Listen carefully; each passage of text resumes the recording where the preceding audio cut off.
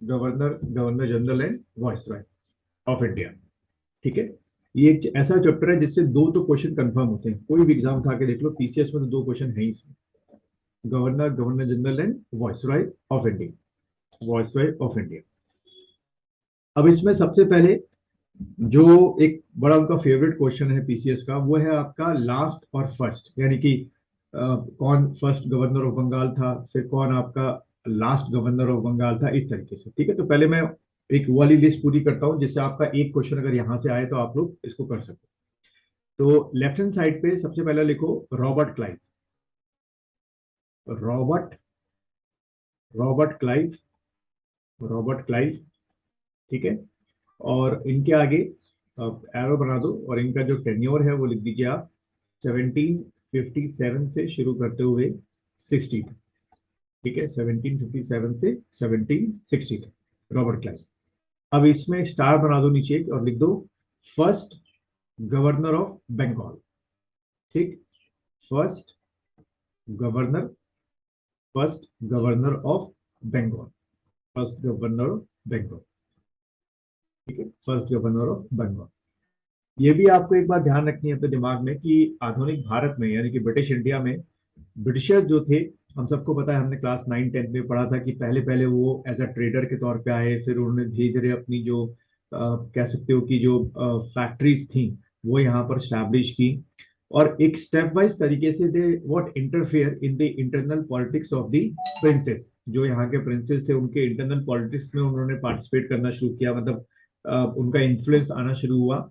और धीरे धीरे उन्होंने जो अपनी ये फैक्ट्री स्टैब्लिश की थी वो गुजरात में की, यानी कि सबसे पहले आप कह सकते हो कि जितने भी आपके कोस्टल स्टेट्स हैं, ठीक है, वहां पर ये फैक्ट्री स्टैब्लिश की। चाहे अगर आप इधर आ जाएं गुजरात, गुजरात के बाद महाराष्ट्र, कर्नाटका, गोवा, केरला, तमिलनाडु, आंध्र प्रदेश, उड़ीसा, वेस्ट बंगाल। लेकिन जो पॉलिटिकल स्टैब्लिशमेंट ब्रिटिशर्स ने किया वो बंगाल के रीजन से उन्होंने शुरू किया। तो ये जो बंगाल का रीजन है, जब भी मैं बंगाल का रीजन बोलूंगा, जब भी हम मॉडर्न इंडिया पढ़ लेंगे, आधुनिक भारत पढ़ लेंगे, उसमें बंगाल जब भी आप पढ़ेंगे तो बंगाल का मतलब समझेंगे आप पूरा का पूरा आज का क्या, वेस्ट बंगाल, प्लस आपका पूरा आधा कह सकते हो कि बिहार, और थर्ड आपका आप उड़ीसा, ये सब बंगाल के अंदर था। और चौथा आज का पूरा बांग्लादेश, ये बंगाल के अंदर था। पांचवा आपका पूरा का पूरा जो आसाम था, आसाम हो गया, मणिपुर हो गया, ये सब आपके किसके अंदर थे, बंगाल के अंदर थे। तो उस समय का बंगाल, यानी ब्रिटिश इंडिया का बंगाल, या कह सकते हो कि 1905 से पहले का बंगाल, अपने आप में एक बहुत बड़ी कंट्री हुआ करता था। उस रीजन में इन्होंने जानबूझ के सबसे पहले अपनी जो है पॉलिटिकल, जो कह सकते हो कि पॉलिटिकल इनकी जो वो थी विशेष थी, वो पूरी करनी शुरू की। यानी कि धीरे धीरे यहाँ पे जमीन कब्जा शुरू किया, और फिर अपने रूल्स एंड रेगुलेशन जो है यहाँ पे इंप्लीमेंट करने शुरू किए। तो उनके लिए, तो इसीलिए हम लोग जो है सारे के सारे जो गवर्नर जनरल आप पढ़ेंगे सबसे बंगाल के रीजन से ही पढ़ना शुरू करें, पहली चीज। दूसरा, सेकंड थिंग, आपको एक इमेजिनेशन रखनी है कि जैसे जैसे हम आगे की तरफ बढ़ते जाएंगे, वैसे वैसे क्या होता है कि पहले वो गवर्नर ऑफ बंगाल होंगे, फिर उसके बाद गवर्नर जनरल ऑफ बंगाल होंगे, उसके बाद गवर्नर जनरल ऑफ इंडिया होंगे। जैसे ही ये कॉन्सेप्ट शुरू हुआ गवर्नर जनरल ऑफ इंडिया, तो हमको ये एक इमेजिनेशन लेके चलनी है कि लगभग लगभग पूरा भारत जो है वो उनके, जो उनका जो एडमिनिस्ट्रेशन था, जो उनका जुरिस्डिक्शन था, उसके अंडर में आ चुका था। ठीक है, तो एक तो देखो रॉबर्ट क्लाइव आपने लिख दिया होगा, फर्स्ट गवर्नर ऑफ बंगाल। ठीक, अब दूसरा नाम लिखिएगा Warren Hasting, Warren Hasting, Warren Hasting. ठीक, और वॉरेन हेस्टिंग के आगे मैं can arrow and write it down its tenure 1772 से शुरू करते हुए 1785 तक। ठीक है, 1772 से शुरू करते हुए 1785 तक, 1785 तक। चलिए अब इसमें लिखिए, फर्स्ट स्टार बना के यहां से क्वेश्चन क्या बनेगा, लास्ट गवर्नर ऑफ बंगाल। ठीक है, last governor of Bengal, last governor of Bengal. और दूसरा स्टार बनाओ जो एग्जाम में पूछ सकते हैं, क्या, first governor general, first governor general of Bengal, first governor general of Bengal. ठीक है, ये आपके हो गए वॉरेन हेस्टिंग। यानी कि जो एरिया है या रीजन है वो तो सेम ही रहा, लेकिन फिर क्या हो गया, सिर्फ जो वॉरेन हेस्टिंग थी उनकी क्या हो गई, जो पोस्ट थी, जो उनका डेजिग्नेशन था वो चेंज हो गया। अब वो गवर्नर की जगह क्या बन गया, गवर्नर जनरल बन गया। And that has been all has been what promoted by the British parliament. ये आपको एक इमेजिनेशन लेके चलनी है कि ये सारी चीजें जो हो रही हैं वो सब ब्रिटिश पार्लियामेंट वहां अपने बाकायदा बिल पास कर रही है, वो बिल एक्ट में बन रहा है और वो एक्ट इंडिया में आके इंप्लीमेंट होता है। यानी कि आपको इमेजिन करना है कि वॉरेन हेस्टिंग जब गवर्नर से गवर्नर जनरल बन गया, यानी कि जो उनकी पावर्स थी वो और ज्यादा क्या कर दी गई, बढ़ा दी गई। ठीक, चलिए। तो पहला नाम हमने पढ़ा रॉबर्ट क्लाइव, दूसरा नाम हमने पढ़ा वॉरेन हेस्टिंग, तीसरा थर्ड लिखिए विलियम बेंटिक। विलियम बेंटिक, ये नाम आप लोगों ने सुना होगा, पक्का सुना होगा, किसी न किसी एक खास वजह से सुना ही है, सोशल रिफॉर्म की वजह से। कौन सा वो सोशल रिफॉर्म था जो इनके टाइम पर हुआ था? हाँ, ठीक है, चलिए फिर आगे बढ़ते हैं। सती प्रथा था। हाँ, सती प्रथा, ठीक, बढ़िया। चलिए भाई, वॉरेन हेस्टिंग पे लिखिए, इनका पहले टेन्योर लिखो और प्लीज टेन्योर याद कर लेना, उससे ना आपको एक एक एक इमेजिनेशन हो जाएगी, इस टेन्योर से इस टेन्योर तक गवर्नर जनरल हुआ करते थे, इसके बाद गवर्नर आए आपकी। तो वॉरेन हेस्टिंग में लिखिए 1828 से लेकर 1828 से लेकर 1835 तक, 1835 1835 तक, 1835 तक। तो इसमें भी दो स्टार बनेंगे। पहले स्टार में आप क्या लिखेंगे, last governor general, last governor general of Bengal, last governor general of Bengal. और दूसरा स्टार बना के आप लिखेंगे first governor general of India, of India. ठीक है, यानी कि आप एक तरीके से ऐसे भी क्वेश्चन बन सकता है कि भाई वो कौन सा गवर्नर जनरल था जिसके जिसके जिसके टेन्योर में बंगाल की ना, बंगाल के साथ साथ पूरा भारत भी जो है लगभग लगभग वो ब्रिटिशर्स के एडमिनिस्ट्रेटिव कंट्रोल के अंदर आ गया था। तो आप टिक कर कहेंगे विलियम बेंटिक। लेकिन आप एक और बात भी ध्यान रखेंगे कि जब हम 1947 में आजाद हुए थे, तो उस समय मैंने कई बार आप लोगों को इमेजिनेशन करने के लिए बोला है कि उस समय आपका दो पार्ट थे, ब्रिटिश इंडिया था और दूसरा आपका क्या था, प्रिंसली स्टेट्स थे। और जो एक एनसीईआरटी के बुक्स में जो हमें डेटा मिलता है कि कितने प्रिंसली स्टेट थे, तो 612, 612 प्रिंसली स्टेट थे। यानी कि आप कह सकते हैं कि जब ब्रिटिशर्स ने इंडिया पे धीरे धीरे अपना ऑक्यूपेशन स्टार्ट करना शुरू किया और 1947 तक ये वो 612 प्रिंसली स्टेट थे जो कभी भी ब्रिटिशर्स के अंडर में नहीं आए, उनके एडमिनिस्ट्रेशन के अंडर में नहीं आए। लेकिन दूसरी तरफ ये 600 के जो 612 प्रिंसली स्टेट थे, यहाँ पर जो रूल्स एंड रेगुलेशंस थे या कह सकते हो जो टैक्सेस थे, रेवेन्यू था, वो सब कुछ कौन किया करता था, ब्रिटिशर्स कंट्रोल किया करता था, एक तरीके से आ ही गया था उनके अंदर। चलिए खैर आगे बढ़ते हैं हम लोग। जैसे आप हमारे उत्तराखंड का देख लो, हमारे उत्तराखंड में कब जो आपका ये गोरखाओं का जब राज खत्म किया, ट्रीटी ऑफ संगोली हुई आपकी, ठीक है, तब जाके यानी कि 1815 में जाके आपके उत्तराखंड जो है वो पूरी तरीके से ब्रिटिशर्स के अंडर में। चलो, तो विलियम बेंटिक आप लोगों ने लिख लिया होगा, last governor general of Bengal, और साथ ही साथ एक और अचीवमेंट क्या, first governor general of India. फिर अगला नाम लिखिए, यानी कि चौथा नाम लिखेंगे आप लोग, फोर्थ आपका Lord Canning, Lord Canning, Lord Canning. इनका लिखिए 1856 से लेकर 1856 से लेकर 1862। कोशिश करो ये ईयर आपको याद हो जाए कब से कब का टेन्योर था।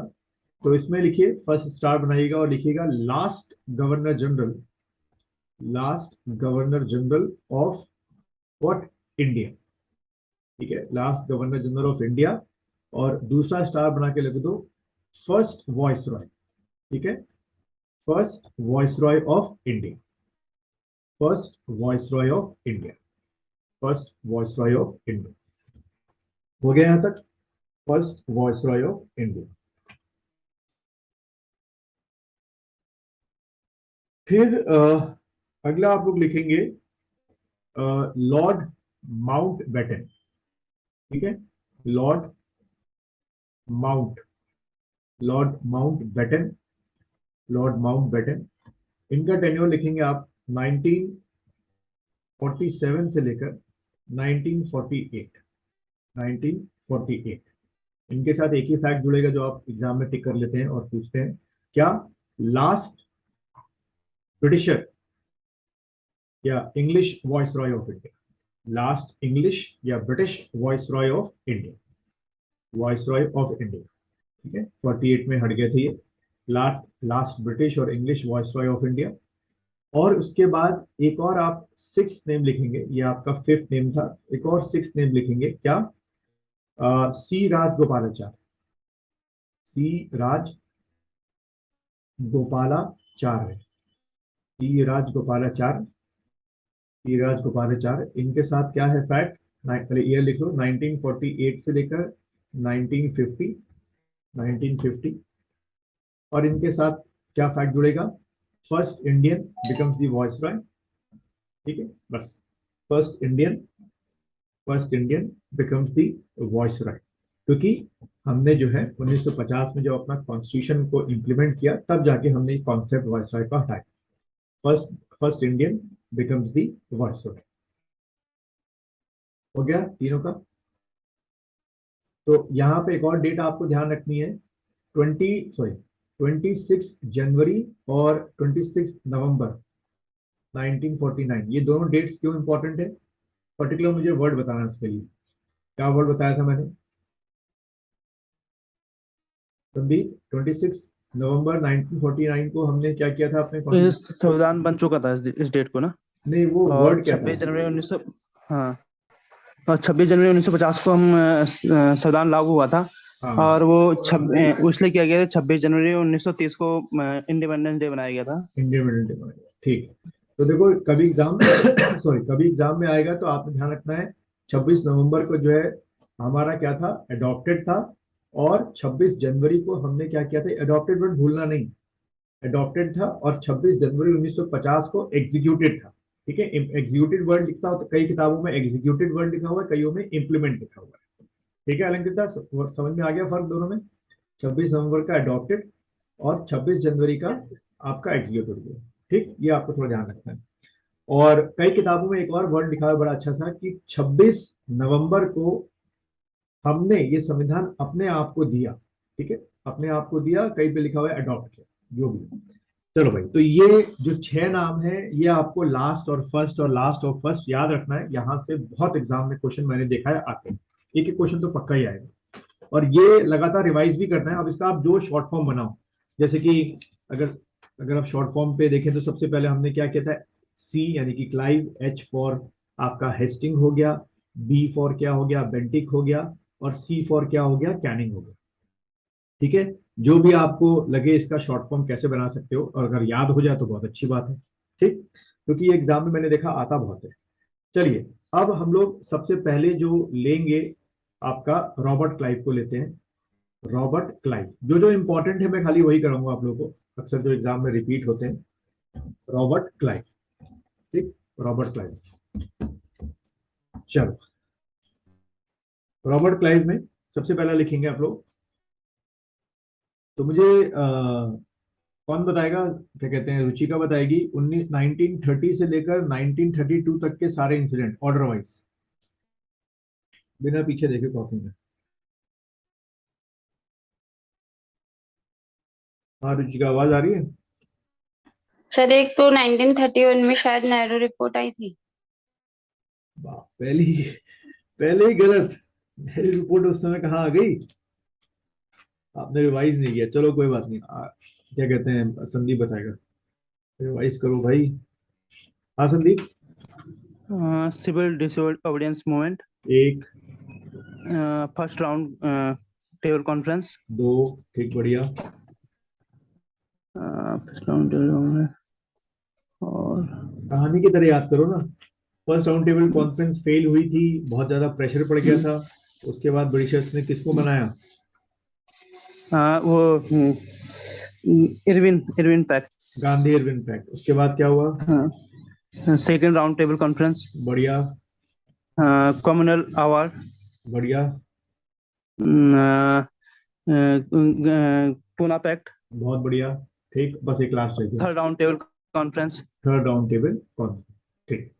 तो थोड़ा सा रिवाइज करो। देखो मैं फिर से बोल रहा हूँ, कंपटीशन बहुत टफ होने वाला है। मैं आर ओ के लिए, या पीसीएस का फॉर्म आ गया, क्योंकि नोटिफिकेशन तो और भी अभी, कोई कल भी मैं किसी से बात कर रहा था, कोई सचिवालय में काम करता है कोई जान पहचान का, उसने बोला और भी जो है अपर और लोअर पीसीएस के नोटिफिकेशन भी इनके पास तैयार हो गए क्रमिक विभाग के पास, और उन्होंने भेजे हैं, मतलब भेज देंगे। जैसे ये महिला आरक्षण का अभी सुप्रीम कोर्ट में 11 तारीख को या 12 अक्टूबर को एसएलपी पे डिस्कशन होगा कि महिलाओं को आरक्षण आगे देना है कि नहीं देना है।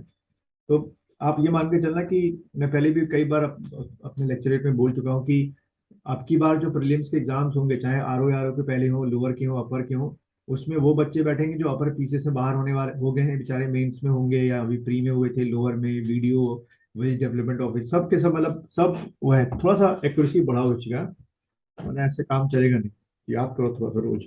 चलो भाई, रॉबर्ट क्लाइव का हम लोग बढ़ते हैं, क्योंकि मॉडर्न इंडिया एक ऐसी चीज है जिसमें छोटी छोटी चीजें भी बहुत भारी पड़ जाती हैं फिर। चलो खैर, जैसे कि रुचिका को शायद याद हो, चौरी चौरा जो जगह है वो कहाँ पर है आज के अकॉर्डिंग? जो चौरी चौरा कांड हुआ था आपका, उसके बाद गांधी जी ने एनसीएम मूवमेंट वापस ले लिया था। सर यूपी में है शायद। हाँ, यूपी में गोरखपुर के पास। कई बार ऐसे क्वेश्चन बेसिक वाले भी आते हैं, ठीक है। और अभी बिहार पीसीएस का मेरे ख्याल से अगले हफ्ते या उसके अगले हफ्ते शायद इसी संडे को होने वाला है। तो उससे भी एक देखो आप लोगों को क्या मिलेगा, एक अंदाजा मिलेगा कि पैटर्न का एग्जामिनेशन क्या यूपीएस ये यूके पीसीएस क्या रखने वाला है आने वाले टाइम पर। अच्छा, रॉबर्ट क्लाइव में लिखिए भाई, इनके बारे में बड़ी अच्छी अच्छी चीजें हैं जो एग्जाम में अक्सर पूछी जाती हैं। तो रॉबर्ट क्लाइव का जो टेन्योर है, सबसे पहले तो वो लिख लो 1757 से 1760, क्योंकि ये 2 बार जो है वो यहाँ पर अपॉइंट हुए थे, 1757 से लेकर 1760, और दूसरा टेन्योर जो है वो है 1765 से लेकर 67, ठीक है। 2 बार इनका टेन्योर था, 1765 से लेकर 67। तो ये भी टेन्योर वाला क्वेश्चन भी बन सकता है, क्योंकि एक ऐसे पर्सन थे जो 2 बार, क्या इसके पहले भी 1-2 और भी गवर्नर जनरल और वाइसरॉय होंगे जिनको 2 बार मौका मिला, लेकिन अगर बंगाल के गवर्नर के तौर पे देखा जाए तो यही एक ऐसे पर्सन थे जिनको 2 बार अपॉइंटमेंट मिला, पता नहीं क्यों, लेकिन 2 बार इनको अपॉइंटमेंट मिला है। पहली बार 57 से 60 तक, और दूसरी बार 65 से 67 तक, 1 साल के लिए 2 बार आए थे। तो इनके टाइम की सीधे सीधे हम लोग की वर्ड्स लिखेंगे, उसका थोड़ा सा मैं समझा दूंगा कि आप लोग एग्जाम में तो इसको टिक करके आ सके। तो पहला तो लिखिए, जो सबसे पहला हम एग्जाम में कई बार आता है वो है आपका क्या, व्हाइट रेवोल्यूशन, ठीक है। व्हाइट रेवोल्यूशन, व्हाइट रेवोल्यूशन, ठीक, व्हाइट रेवोल्यूशन। और इसको हिंदी में बोले तो श्वेत जो है क्रांति या श्वेत विद्रोह भी कई बुक्स में लिखा हुआ है। व्हाइट रेवोल्यूशन या व्हाइट रिवॉल्ट भी कई बुक्स में लिखा हुआ है। रेवोल्यूशन के साथ साथ कई बुक्स में रिवॉल्ट भी लिखा हुआ है। तो ये क्या था, किसी को पता है इसका रिलेशन किससे था?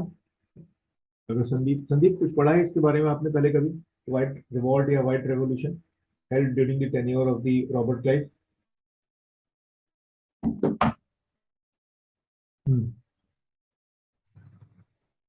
कुछ संदीप याद आ रहा हो तो? नहीं सर, नील की खेती नहीं, वो तो अलग चीज है, ठीक, कोई बात नहीं। देखो, व्हाइट रेवोल्यूशन का संबंध जो है रिवॉल्ट का संबंध कतई दूध से नहीं है। तो इसको आप एक, मैं थोड़ी सी कहानी बता दे रहा हूँ, क्योंकि ये मेंस में ये सब चीजें पूछी जाती हैं। असल में जब ब्रिटिशर्स यहाँ पर आए थे तो हमको पता है कि ब्रिटिशर्स की कंपनी का नाम क्या था, ईस्ट इंडिया कंपनी, ठीक है। ईस्ट इंडिया कंपनी थी, और ये जो है एक प्राइवेट कंपनी थी, ईस्ट इंडिया कंपनी, ठीक है। इसका ऑब्जेक्टिव क्या था, भारत में आना और क्या करना, भारत में आके ट्रेड करना, ठीक। और इस कंपनी में काफी आपके जो शेयर होल्डर्स थे वो आपके गवर्नमेंट एम्प्लॉयज भी थे, वहाँ के बिजनेसमैन भी थे ब्रिटेन के, और खुद कहते हैं कि जो महारानी थी उनका भी एक अच्छा खासा शेयर इस कंपनी में था। तो एज यूजुअल है कि एक प्राइवेट कंपनी थी, उस प्राइवेट कंपनी को इंडिया में आना था और ट्रेड करना था। तो शुरू में तो सब कुछ ठीक चलता रहा। जब ये कंपनी भारत में आई, अलग अलग जगह इसने अपनी फैक्ट्रीज खोली, शुरू के कुछ सालों में तो बड़ा अच्छा चला। लेकिन गड़बड़ कहाँ से शुरू हुई कि ईस्ट इंडिया कंपनी में कई आपके जो ब्रिटेन के यंगस्टर्स हुआ करते थे उनका अपॉइंटमेंट हुआ करता था, और भारत में आके वो अपनी जो सर्विसेज थे वो ऑफर करते थे। लेकिन जब उन्होंने कुछ महीने यहाँ पर काम किया तो उनको लगा कि क्यों ना हम भी अपना खुद का एक प्राइवेट बिजनेस शुरू कर दें। इसको आप ऐसे भी इमेजिनेशन कर सकते हैं कि टाटा कंपनी जो है वो श्रीलंका में जाके क्या कर रही है, अपना ऑफिस खोल रही है। आपको यहाँ पे आपका इंटरव्यू होता है इंडिया में, और आप टाटा कंपनी में अपॉइंट होते हैं और श्रीलंका जाके काम करते हैं। लेकिन आप टाटा कंपनी में काम करने के साथ साथ अपना खुद का भी प्राइवेट बिजनेस वहाँ पे शुरू कर देते हैं, यानी कि वहां से चीजों को खरीदते हैं और वापस भारत अपने दोस्त को भेजते हैं तो वो यहाँ पर बेच सके। बिल्कुल कुछ ऐसा ही हुआ था ईस्ट इंडिया कंपनी के साथ उस समय, कि वहां के जितने आपके अधिकारी ऑफिसर्स यहाँ पर अपॉइंट हुए थे इंडिया में, उन्होंने अपना प्राइवेट बिजनेस शुरू कर दिया। और ये बात जब ईस्ट इंडिया कंपनी के जो डायरेक्टर्स थे, ओनर से जब उनको पता चली, तो उन्होंने उन पर बैन लगा दिए कि भाई आप या तो इंडिया में रह के under the representation of east India company या तो सीधा काम करो, और अगर आप प्राइवेट बिजनेस करना चाहते हो तो रिजाइन कर दो ईस्ट इंडिया कंपनी से, और भारत में जहां भी आपको रह के काम करना है करो।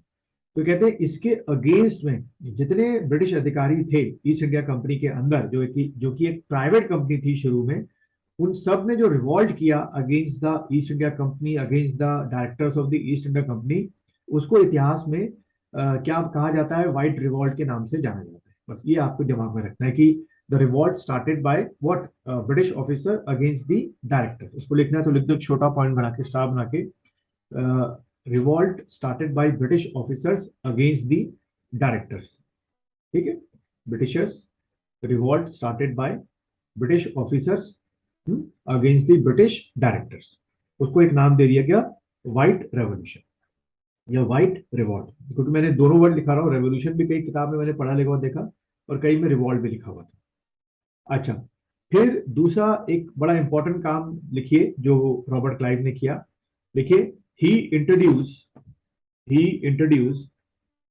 dual administration system, dual administration system, जिसको हम हिंदी में दोहरा शासन भी बोलते हैं, dual administration system in Bengal region, dual administration system in Bengal region, in Bengal region।